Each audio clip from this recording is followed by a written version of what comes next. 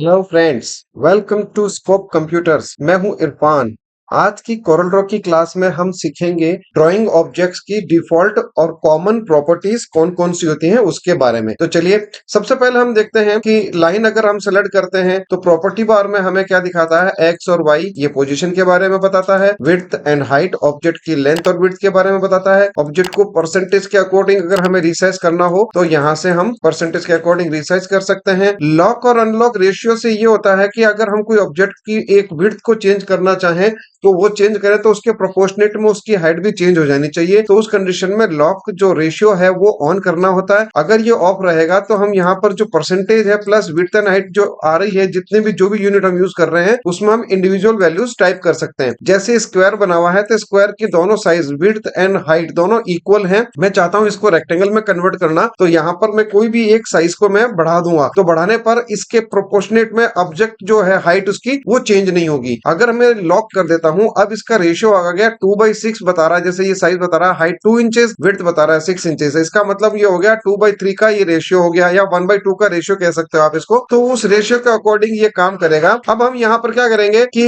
Height हम यहाँ पर 2 इंच लेते हैं, तो ये देखिए 2 इंच हो जाएगा। विड्थ उसके अकॉर्डिंग 6.208 इंचेस हो जाएगी। मैं यहाँ पर करता हूँ 4 इंचेस, तो इसकी विड्थ 4 इंचेस के साथ साथ में हाइट भी चेंज होगी 1.289। Lock ratio on end of की वजह से यहाँ पर दोनों वैल्यू अगर हमें लॉक रखनी है तो लॉक रख के हम कोई भी एक वैल्यू चेंज करेंगे तो साइज उसकी प्रोपोर्शनेट विड्थ या हाइट दोनों में से कोई भी एक चेंज होगी, साथ साथ में उसी रेशियो को ये फॉलो करते हुए रिसाइज करेगा। अब बात करते हैं परसेंटेज के अकॉर्डिंग रिसाइज करना हो ऑब्जेक्ट को। जैसे ये ऑब्जेक्ट बना हुआ अभी 100%, जब भी हम बनाते हैं फर्स्ट टाइम जब भी बनाएंगे किसी ऑब्जेक्ट को तो वो उसकी साइज कहलाएगी 100% एक्चुअल साइज कहलाएगी। मैं यहाँ से परसेंटेज के अकॉर्डिंग कम कर सकता हूँ, मुझे इसी रेक्टेंगल को प्रोपोर्शनेटली, यानी कि ये जैसे लॉक ऑन रखा हुआ है 50% रिसाइज करता हूँ तो हाइट और विड्थ दोनों साथ साथ चेंज होगी। 25 पर करता हूँ, अगेन 100 करता हूँ, तो ये परसेंटेज के अकॉर्डिंग ऑब्जेक्ट को रिसाइज करना होता है। साथ ही साथ इसका ये भी मीनिंग है कि हम रैंडमली या मैन्युअली जो भी हम साइज कर रहे हैं इनकी ग्रिप्स को पकड़ के, ये जो ब्लैक कलर की जो ग्रिप्स आ रही है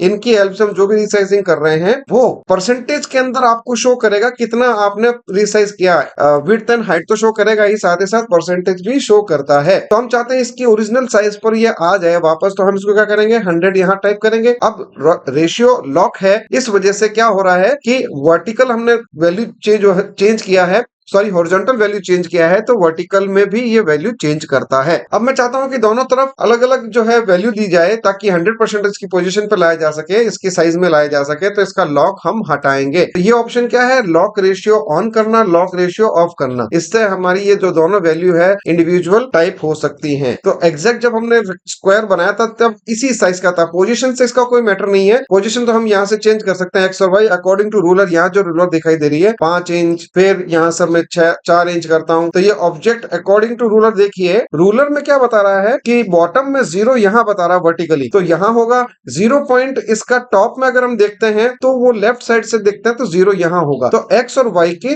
दो अलग अलग रूलर दिखाई देगी वर्टिकली और हॉरिजॉन्टली उस पोजीशन पर।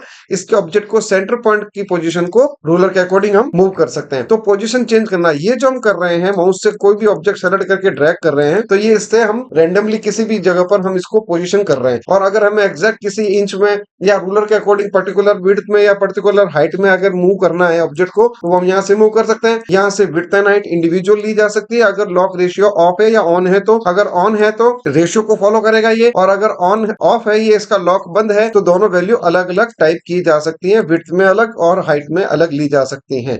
इसको अगर ओरिजिनल परसेंटेज में लाना हो तो 100% कर दीजिए, जब हमने ड्रॉ किया था उस पोजीशन पर वापस उस साइज पर वापस लिया आएगा। नेक्स्ट ऑप्शन है इसके अंदर रोटेट करना, ऑब्जेक्ट को इसके सेंटर पॉइंट के अकॉर्डिंग रोटेट करना। जैसे 15 डिग्री लिखा तो यहाँ पर क्या हो गया, ऑब्जेक्ट 15 डिग्री में रोटेट हो जाएगा। 45 लिखा तो यहाँ से 45 डिग्री में रोटेट हो जाएगा। मैं यहाँ से अगर 0 करता हूँ तो अगेन ये वापस अपनी मूल पोजीशन जो इसकी साइज जो थी उस पर ले आएगा। ये इसका रोटेशन का मतलब होता है। नेक्स्ट ऑप्शन इसके अंदर है हॉरिजॉन्टल एंड वर्टिकल मिरर करना किसी भी ऑब्जेक्ट को।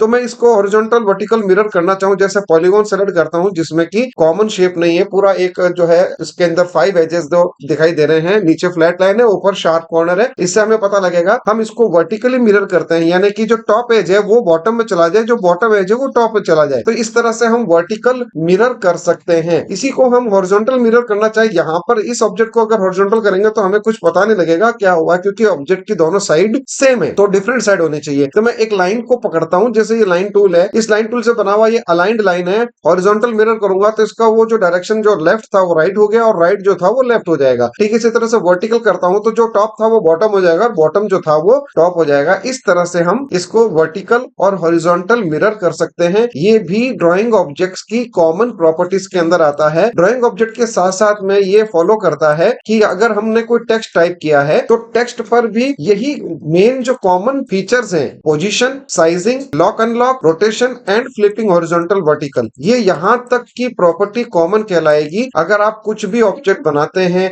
या मल्टीपल ऑब्जेक्ट का जो है ग्रुप करते हैं, वो प्रॉपर्टीज कौन कौन सी है common? Position, width and height, percentage, lock unlock ratio, rotation and flip horizontal vertical properties. ये थी कि हम कुछ भी ऑब्जेक्ट बना लें यहाँ से, और अगर चेंजेस करने हो तो सेलेक्ट करेंगे उस ऑब्जेक्ट को, और उसके चारों तरफ एक ग्रिप आ जाएगी। उन ग्रिप्स की हेल्प से भी हम मैनुअली रीसाइजिंग वगैरह कर सकते हैं। अगर हमें पर्टिकुलर विड्थ एंड हाइट का अगर बनाना होगा तो हम प्रॉपर्टी बार में कॉमन प्रॉपर्टीज को यूज करेंगे। That's all for this video friends. अगर आपको हमारा ये वीडियो पसंद आया है तो प्लीज लाइक कीजिए, शेयर कीजिए और सब्सक्राइब कीजिए। Thank you very much.